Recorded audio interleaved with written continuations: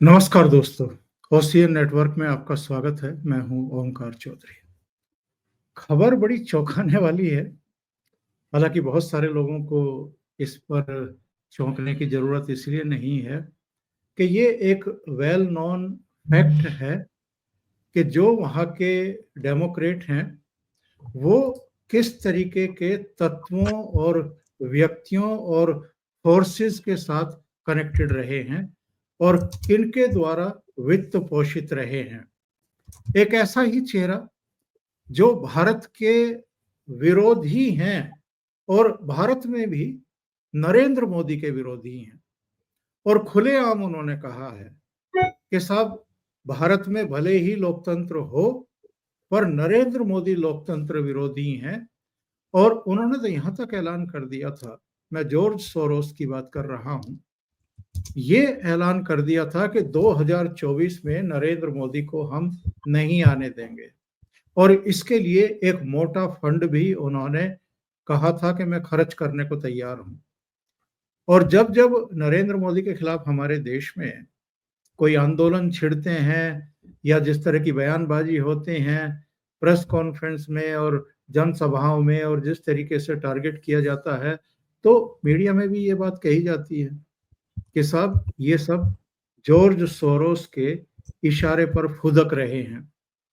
खबर ये है कि जो बाइडन, जो 19 जनवरी को विदा हो रहे हैं राष्ट्रपति पद से और 20 जनवरी से डोनाल्ड ट्रंप की 4 साल बाद फिर वापसी हो रही है, उन जो बाइडन ने कुछ लोगों को अमेरिका का सर्वोच्च सम्मान देने का ऐलान किया है और ये सर्वोच्च नागरिक सम्मान पाने वाले जॉर्ज सोरोस भी हैं। तो साहब, जॉर्ज सोरोस को जाते जाते बाइडन साहब अमेरिका का सर्वोच्च नागरिक सम्मान दे रहे हैं। तो इस पर चर्चा करने के लिए मेरे साथ आपके चिर परिचित चेहरे हमारे मित्र भी और जुड़ रहे हैं, अपने आदि अचिंत साहब। आदि जी, बहुत स्वागत है। नमस्कार। नमस्कार sir, thank you so much. तो साहब, क्या करा रहे हैं आप? सोरोस को अमेरिका का सर्वोच्च नागरिक सम्मान दिलवा रहे हैं और बाइडन साहब जाते जाते। वो बाइडन का सर्वोच्च नागरिक है सर, सम्मान तो छोड़ दीजिए। सम्मान तो छोटी चीज है, वो बड़ा सर्वोच्च नागरिक है। सर देखिए, दो तीन चीजें हैं। बाइडन का जो सबसे पहला डोनर था वो जॉर्ज सोरोस था। उनके मिड टर्म इलेक्शन कैंपेन के अंदर $130 मिलियन सोरोस ने दिए थे। री इलेक्शन कैंपेन के अंदर करीब $250 मिलियन के जो अभी तक पब्लिक में रिपोर्ट्स हैं वो सोरोस ने दिए थे। सोरोस जो ये डेमोक्रेटिक एस्टेब्लिशमेंट में जो एक टॉर्चर कैंपेन चलाते हैं, मैं बड़ा क्लियर वर्ड यूज कर रहा हूँ, टॉर्चर कैंपेन, देशों को तंग करने का जो एक कैंपेन चलाते हैं, जितने भी ये क्या रेटिंग चलाते हैं, डेमोक्रेसी प्रमोशंस होता है, ये सब चीजें होती हैं, वो सारा काम सर जॉर्ज सोरोस की पैसे से होता है। अब देखिए सर, ये स्टेट डिपार्टमेंट का एक स्ट्रक्चर है जिसका नाम है national endowment of democracy. National endowment of democracy 1985 में बनाया गया था सर, जब 79 में इनकी एक चर्च हियरिंग के हिसाब से सीआईए को एकदम मना किया था कि बिल्कुल भी आप देश के बाहर उल्टे काम नहीं करेंगे। अब 78-79 में ये डिसीजन हुआ, एक साल के अंदर क्या हुआ इनके साथ सर, आप देखिए, पूरी तरह से इनका जो ईरान में रेवोल्यूशन हो गया, अफगानिस्तान में सोवियत घुस गए, तो इन्होंने देखा यार हमारा तो पूरा हाथ ही निकल गया है भाई सीआईए को बंद करके। तो इन लोगों ने फिर 83 में दोबारा से बोला कि भाई हमको गेम खेलनी पड़ेगी, जो अमेरिकन एस्टैब्लिशमेंट ने बोला ये गेम हम नहीं खेल सकते क्योंकि सीआईए का नाम बदनाम हो रखा है, हम ये सब नहीं कर सकते। उन्होंने बोला नहीं नहीं जी, हम डेमोक्रेसी प्रमोशन करेंगे। तो डेमोक्रेसी प्रमोशन करने के लिए इन्होंने नेशनल एंडाउमेंट ऑफ डेमोक्रेसी बनाई, जिसका budget by the way $100 billion के करीब में है। उनकी इंटेलिजेंस डिपार्टमेंट से ज्यादा बजट है इनका। तो उसी के तहत सर काफी सारी एनजीओज, काफी सारे छोटे छोटे ऑर्गेनाइजेशंस के साथ ये लोग काम करते हैं। जैसे आपने सुना होगा यूएसएआईडी। यूएसएआईडी का काफी अच्छा नाम भी है, बुरा नाम भी है। तो ये लोग काम करते हैं। तो यूएसएआईडी आगे जाके एनजीओज के साथ कॉन्ट्रैक्ट करता है, जो भी उनको जो टास्क वास्क करना होता है वहां करते हैं। तो यहाँ पर आते हैं जॉर्ज सोरोस, जिनकी जो एनजीओ या जो मर्जी बोल लीजिए, जो ऑर्गेनाइजेशन है ओपन सोसाइटी फाउंडेशंस, और जहां पर इन दोनों का गठजोड़ बीच में मिलता है, ये वहां पर फिर गेम खेलते हैं। अब ये बात नहीं है कि सिर्फ डेमोक्रेटिक एस्टैब्लिशमेंट में सर, अगर आपको याद होगा पिछली बारी जब डोनाल्ड ट्रंप भी पावर में थे, तो जब फार्मर्स प्रोटेस्ट हुआ था तब उस टाइम पे डोनाल्ड ट्रंप थे पावर में, जी। और सीए के जो प्रोटेस्ट हुए थे उस टाइम पे भी डोनाल्ड ट्रंप पावर में थे, यहां तक कि वो भारत में भी आए थे। उस टाइम पे भी जॉर्ज सोरोस का इतना हाथ था उनकी गवर्नमेंट के अंदर कि जितना पूरा प्रेशर भारत के ऊपर डाला गया था सीएए के टाइम पे और ये फार्मर्स प्रोटेस्ट के टाइम पे, उसके पीछे जॉर्ज सोरोस था। तो कहीं ना कहीं ये चीज हमको समझ में आनी चाहिए कि अमेरिकन गवर्नमेंट चेंज हो सकती है, लेकिन जो इनका बैकएंड है वो फिर भी काफी तगड़ा रहता है।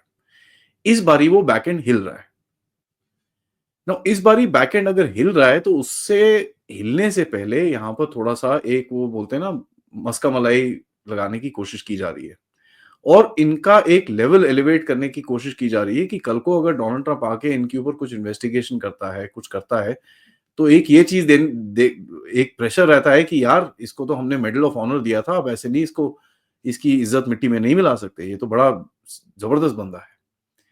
साथ में देखिए सर, एक और को दिया है medal of honour, medal of freedom, जो है हिलरी क्लिंटन।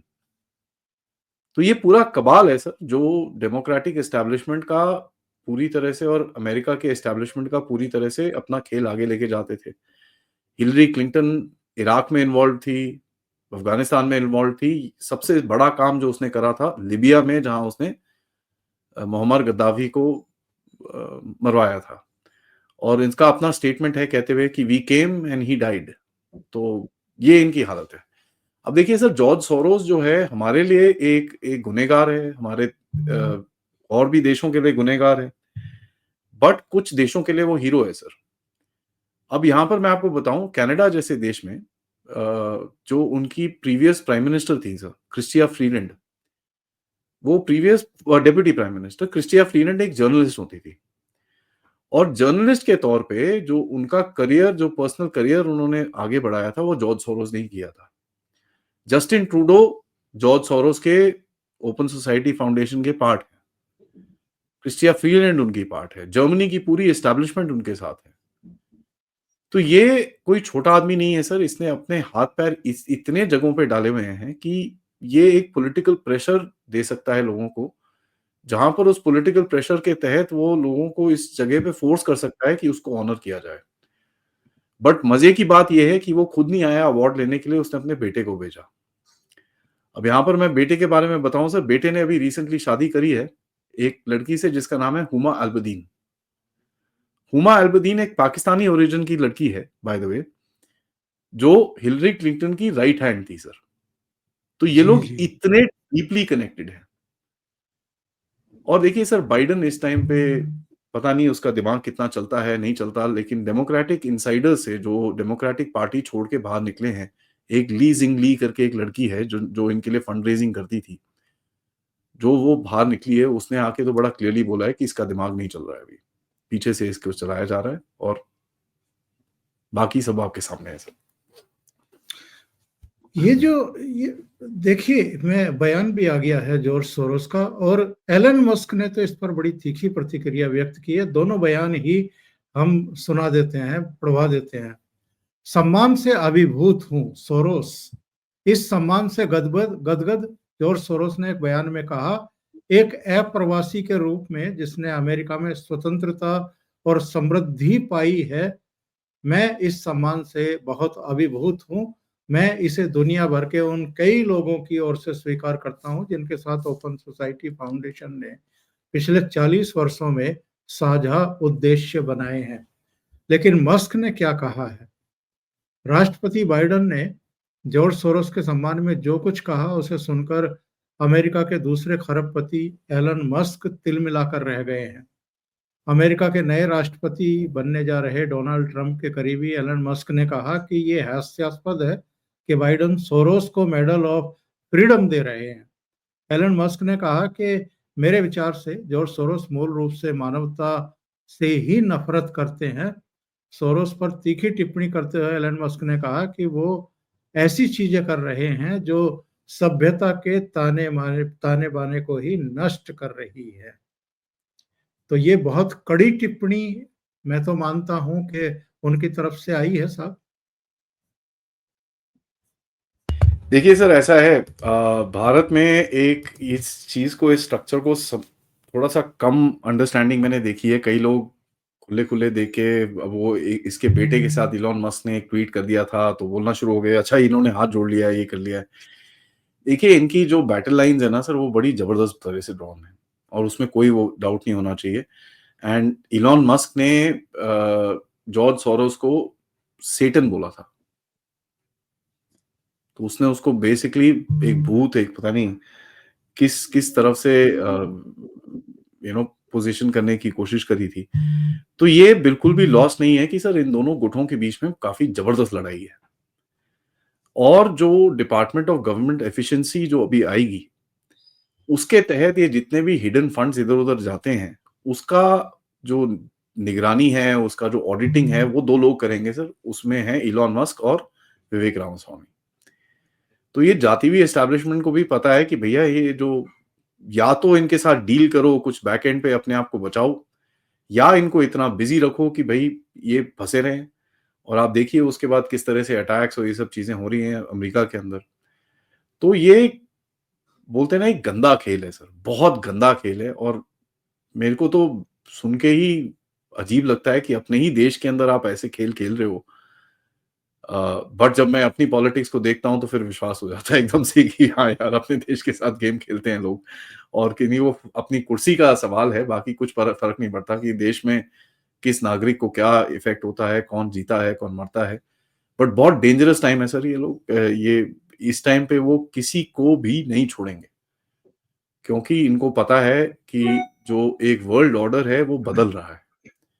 और बदलते बदलते अगर ये पूरा वर्ल्ड ऑर्डर बदल गया तो इनका अगले 10, 15, 20 साल तक कोई अस्तित्व नहीं बचेगा। ये चीज इनको बड़ी क्लियरली समझ में आ गई है। तो उस अस्तित्व को बचाने के लिए ये जितने मर्जी डेस्परेट एक्शंस करेंगे सर, और मैं आपको सही में बोलूं, ये शेमलेस होके एक्शंस करेंगे। इन्होंने एक तिनके भर की इनको शर्म नहीं आनी है। दुनिया में जो मर्जी गाली दे दे जॉर्ज सोरोस, अब इसको आप भारत के नजरिए से देखिए। भारत ने 1-1.5 महीना पहले पार्लियामेंट में खड़े होकर स्टेट डिपार्टमेंट और जॉर्ज सोरोस पे सीधा निशाना उतारा है। सीधा, कोई इधर उधर की बात नहीं बोली। जॉर्ज सोरोस और स्टेट डिपार्टमेंट में सीधा निशाना डाला है। और वही स्टेट डिपार्टमेंट और जॉर्ज सोरोस को आप ऑनर कर रहे हो उसके बाद। तो आप एक तरफ से भारत को बोलते हो कि भाई आप हमारे बड़े अच्छे दोस्त हैं, ये हैं, तो आपको थोड़ी सी सेंसिटिविटी होनी चाहिए इन चीजों के बारे में, वो बिल्कुल भी नहीं है।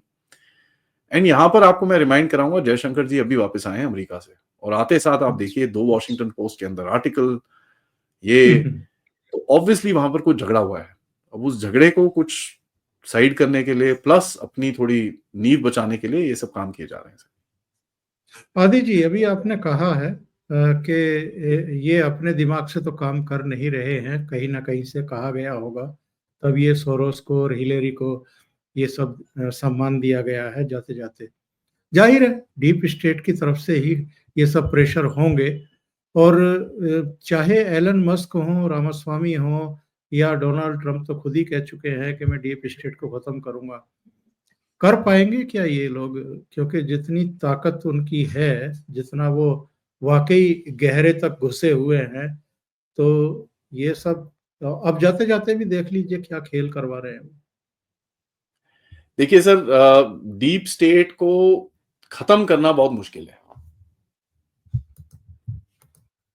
तो ये तो मैं बिल्कुल नहीं मानूंगा कि यू नो कि ये लोग खत्म कर देंगे। डीप स्टेट के साथ सर इनको डील करनी पड़ेगी। देखिए, जो चीज मैं हमेशा भारत के लिए भी बोलता हूँ कि डीप स्टेट को आप लड़ नहीं सकते, because they are just too powerful. आपको इनको बिठा के या इनके अंदर इन्फिल्ट्रेट करके आपको इनके साथ डील करना पड़ेगा। उसके उसके अलावा आपके पास कोई ऑप्शन नहीं है। अगर आपको लड़ना है तो फिर तैयार हो जाइए, क्योंकि खून बहेगा, और बहुत खून बहेगा सर। ये चीज हमको बड़ा क्लियरली समझ में आनी चाहिए, और ये चीज मेरे हिसाब से इनको भी पता है। अब डीप स्टेट के अंदर चक्कर क्या है सर, एक क्रैक आ चुका है। जो एक स्ट्रक्चर है उसके अंदर क्रैक आ चुका है और कुछ नए लोग घुस गए हैं उसके अंदर। तो तभी ये हड़कंप मची हुई है। जो पुराना डीप स्टेट था वो रजवाड़ों पे चलता था, जो नया डीप स्टेट है वो टेक्नोलॉजी पे चलेगा। तो ये चीज आपको दिखती है कि जितने भी टेक्नोलॉजी वाले हैं वो उसके अंदर घुस गए हैं। इलॉन मस्क है, पैलेंटियर टेक्नोलॉजीज है, और काफी सारे जो बिग टेक के जो लोग हैं वो अभी चीजों को कंट्रोल करते हैं। तो आपको ये दिखेगा कि इनके बीच में झड़प के अंदर काफी लोग कुटेंगे बीच में, और काफी जगहों में आग लगेगी चारों तरफ दुनिया में। तो ये एक फिनोमिनन है सर, और इसके अंदर भारत को एक बहुत बड़ा खतरा भी है, लेकिन बहुत बड़ी अपॉर्चुनिटी भी है आपको अपने जो बात आगे लेके जाने के लिए। क्योंकि जब झड़कम होती है तो बीच में आप कुछ एडवांटेज लेके आगे जा सकते हो। और यहाँ पर मैं यही बोलूंगा सर आपको, अगर आप देखें मोदी साहब बहुत टाइम से एक चीज बोलते रहते हैं, टेक्नोलॉजी टेक्नोलॉजी टेक्नोलॉजी टेक्नोलॉजी। जब भी वो यूएस जाते हैं सिर्फ टेक्नोलॉजी के चीफ से ही मिलते हैं। वो जी, जी। बनाने वालों से नहीं मिलते, वो कार बनाने वालों से नहीं मिलते, वो सिर्फ टेक्नोलॉजी चीफ से मिलते हैं। तो आप भी एक बेट्स अपनी हेड्स कर रहे हो दोनों तरफ से कि अच्छा ठीक है यार, ये तो हमको पसंद नहीं करते हैं, तो हम दूसरी तरफ से बात करके देखते हैं कि क्या भारत का रोल आगे हो सकता है, किस तरह आपके साथ काम कर सकते हैं, और किस तरह हम अपने इंटरेस्ट को थोड़ा प्रोटेक्ट करके रखें। तो लड़ना तो सर, और तोड़ना लड़ना ये तो अच्छी चीजें हैं बोलने के लिए, बट मेरे हिसाब से तोड़ना और लड़ना पॉसिबल नहीं है। आपको इनके साथ डील करना पड़ेगा, जहां पर आपको अपनी जगह को एस्टैब्लिश करके, अपनी जगह को स्ट्रेंथन करके आगे लेके जाना पड़ेगा अपने आप को। इनका पार्ट ना बन के एक चेंज के लिए आपको एक वो चीज बोलनी पड़ेगी। तो जो चीज अगर आपको याद होगा मोदी साहब ने भी बोली थी अभी summit of the future USA में जब वो गए थे, उन्होंने बोला था रिफॉर्म फॉर रेलेवेंस। ये 3 शब्द बोले थे, इसका मतलब बदलिए, नहीं तो आपका अस्तित्व खत्म हो जाएगा। हाँ, प्रासंगिकता ही खत्म हो जाएगी। बिल्कुल। तो ये चीज एक एक है, तो आपको बदलना पड़ेगा, और ये बड़ा क्लियर हिंट है। और जयशंकर जी ने अपनी किताब में भी यही चीज लिखी है, व्हाई भारत मैटर्स के अंदर उन्होंने लिखा हुआ है कि fighting the global powers is not easy, but आपको जाके उनके साथ डील करना पड़ेगा। You will have to protect yourself. जहां लड़ना है वहां लड़ना है, बट जहां पर आपको उनके साथ बात करके समझौता करना है वो भी आपको करना पड़ेगा। तो डोनाल्ड ट्रंप के लिए भी मैं यही बोलूंगा कि आपको भी थोड़ा, ये इतने 400,000 साल से बाय द वे ये जो ग्लोबल डीप स्टेट है ये दुनिया को चला रहा है, तो आप एकदम से इनसे लड़ तो नहीं सकते। आप 4 साल में तो इनको खत्म नहीं कर सकते। तो बिल्कुल। या तो इनकी टांगे पूरी तरह से काटिए and then wait for the blood bath, या फिर आप डील करिए इनके साथ। जो खराब एलिमेंट्स हैं उनको साइड करिए, जो ठीक एलिमेंट्स हैं उनके साथ बैठिए, उनके साथ एक रीस्ट्रक्चर करिए इस चीज को, ताकि दुनिया थोड़ा अच्छे से आगे चल सके। आदि जी, बहुत धन्यवाद। आपने समय निकाला और थैंक यू। महत्वपूर्ण टिप्पणियां की। Thank you so much. नमस्कार। Thank you sir. नमस्कार। नमस्कार।